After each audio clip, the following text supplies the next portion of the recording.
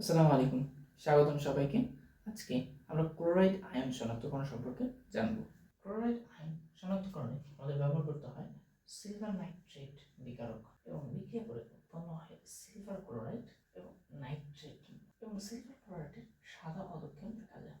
আমরা জানি silver chloride পানিতে সাধারণত অদ্রবণীয় হয়। যেমন যে কোনো একটা লবণ যদি আমরা নিই, ধরলাম সোডিয়াম ক্লোরাইড, এর সাথে আমরা দিই সিলভার নাইট্রেট বিকারকের বিক্রিয়া দিই, তাহলে আমরা উৎপাদ হিসেবে সিলভার ক্লোরাইডের সাদা পদক্ষেপ পাবো এবং সোডিয়াম নাইট্রেট লবণ পাবো। স্টেপ 1-এ আমরা সিলভার নাইট্রেট দ্বারা বিক্রিয়া দিতে পারি এবং সাদা পদক্ষেপ দিলে বুঝতে পারি যে এখানে ক্লোরাইড আয়নের উপস্থিতি সম্ভব। নিশ্চিতকরণের জন্য আমরা পদক্ষেপের সাথে দুটি বিক্রিয়া করাতে পারি, নাইট্রিক অ্যাসিড এবং অ্যামোনিয়াম হাইড্রোক্সাইড।